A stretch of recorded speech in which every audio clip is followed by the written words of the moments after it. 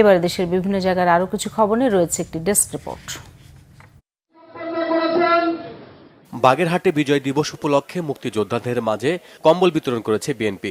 শহরের পুরাতন বাজার এলাকায় এতে উপস্থিত ছিলেন সাবেক সংসদ সদস্য MAH সেলিম। মহান বিজয় দিবস উপলক্ষে র্যালি হয়েছে সাতক্ষীরায়। সকালে শহরের ঈদগাছা থেকে র্যালিটি বিভিন্ন সড়ক প্রদক্ষিণ করে। এ সময় উপস্থিত ছিলেন জেলা বিএনপির আহ্বায়ক সৈয়দ ইফতেখার আলী। খাগড়াছড়ির গুইমারায় বিজয় র্যালি করেছে উপজেলা বিএনপি। উপস্থিত ছিলেন জেলা বিএনপির যুগ্ম সাধারণ সম্পাদক অ্যাডভোকেট আব্দুল মালেক মিন্টু। মহান বিজয় দিবস উপলক্ষে বিজয় র্যালি ও আলোচনা সভা হয়েছে নরসিংদীতে।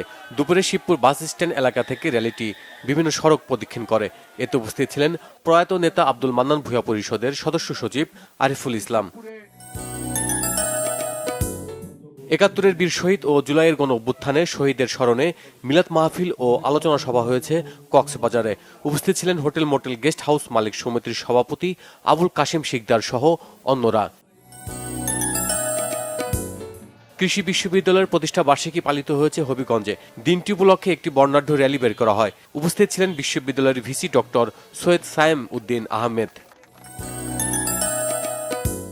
পলিথিন দূষণ মোকাবেলায় বিকল্প এবং টেকসই সমাধান বিষয়ক সেমিনার হয়েছে চট্টগ্রামে।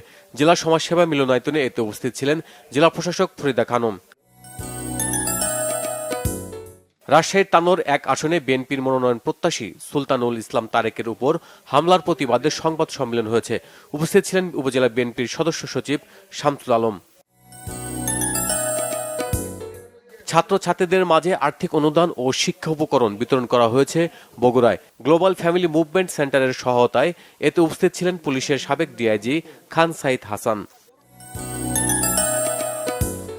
ব্রাহ্মণবাড়িয়ায় আইনজীবী সমিতির কার্যালয়ে ভাঙচুরের ঘটনায় সংবাদ সম্মেলন করেছে জেলা আইনজীবী সমিতি। সকালে সমিতির হলরুমে বক্তব্য রাখেন সিনিয়র আইনজীবী অ্যাডভোকেট শফিকুল ইসলাম। যুবদল নেতা শান্ত হত্যার বিচারের দাবিতে মানববন্ধন ও বিক্ষোভ মিছিল হয়েছে মুন্সিগঞ্জে। স্থানীয় প্রেসক্লাবের সামনে এ কর্মসূচিতে অংশ নেন শত শত নারী পুরুষ। সাভারের মান্দ্রিপুর সরকারি প্রাথমিক বিদ্যালয়ের ৫২তম প্রতিষ্ঠা বার্ষিকী পালিত হয়েছে। খেলা শেষে বিজয়ীদের মাঝে পুরস্কার বিতরণ করা হয়। Bangla vision news desk.